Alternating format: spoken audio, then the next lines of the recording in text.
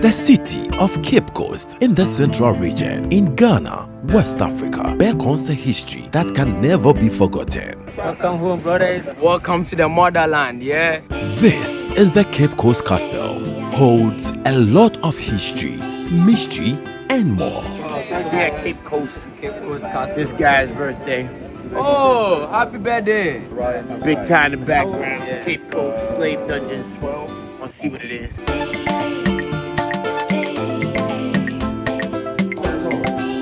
A story told of the African slaves shipped from their native land by the British colonials in the then trans-Saharan African trade.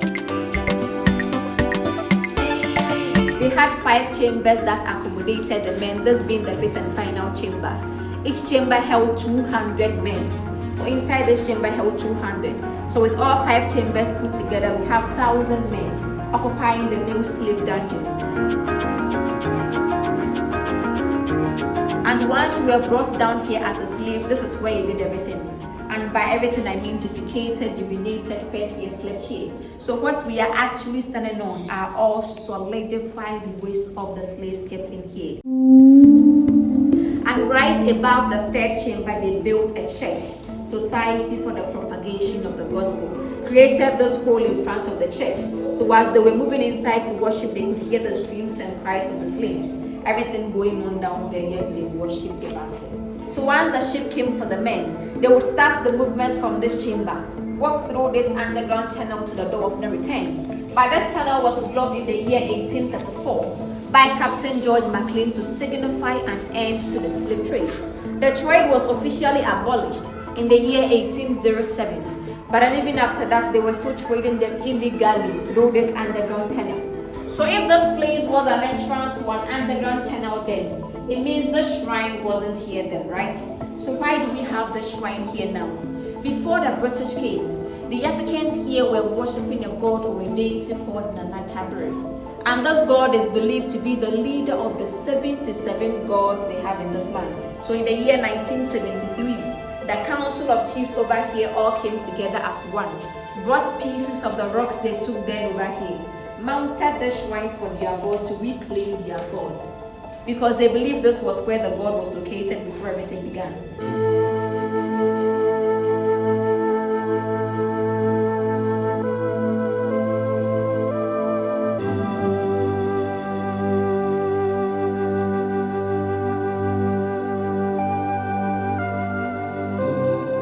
Over here we have the graveyard for the Europeans. Towards the African men and women, the slaves were just put into sacks and thrown into the sea. Their people were given befitting burial. Over here we have a cell, and the name of this cell is the condemned cell. Condemned because it was a cell designed to kill, not to punish. So with this one, their living bodies were taken inside, but only dead ones were brought outside. In here we have the condemned cell. So once slaves were brought in here, all 3 doors were closed, leaving them here to die. And the sad thing about this place was, let's say 5 men, just an example, tried to fight for their freedom today and they were brought in here. Until the last man died, nobody else. So if one person should die first, the remaining 4 struggling to die added another struggle by smelling the dead body. All their fellow slaves until they were also dead.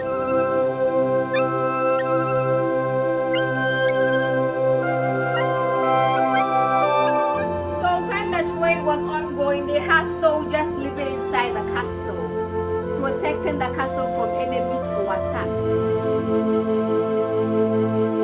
Now we are right on top of the 3rd chamber of the male slave dungeon. And I mentioned earlier they built a church on top of the chamber. So this was the church then, Society for the Propagation of the Gospel, SPG, now the Anglican Church or the Church of England. And this is the Pope down there. So as they were moving inside to worship, they could hear the screams and cries of the slaves. The church also served as a classroom then, the castle school, for the children they had with the African women after raping them. But now it is no longer a church but a children's library, open to all kids around this place to come read for free anytime they close from school. Are we all feeling the breeze in here? View of the sea. Big window sizes, spacious room, all enjoyed by one person. So this place was the governor's living room, just one man. Housed about 200 men were kept down there just to be here. This is where most of the African women inside the dungeons were raised as well. So after the British built this castle, they built the fort up, the stationed soldiers in there. Soldiers were living inside the castle as well, so together they were communicating to protect the castle from enemies or attacks. During the daytime, they were using flags, normally red flag. Afternoon mirror, evening torchlight. So anytime soldiers stationed up there noticed enemies or danger approaching from afar, they would signal soldiers living inside the castle to protect the castle. Thank you all very much for visiting the Capecoast Castle. Choking up in the first 5 minutes of this thing. It is said that falling back to history makes you know more about your roots. The stories of our ancestors is not just a mere folktale, but emancipation of the African diaspora, fighting for a common front to uniting the world at large for peace and solidarity.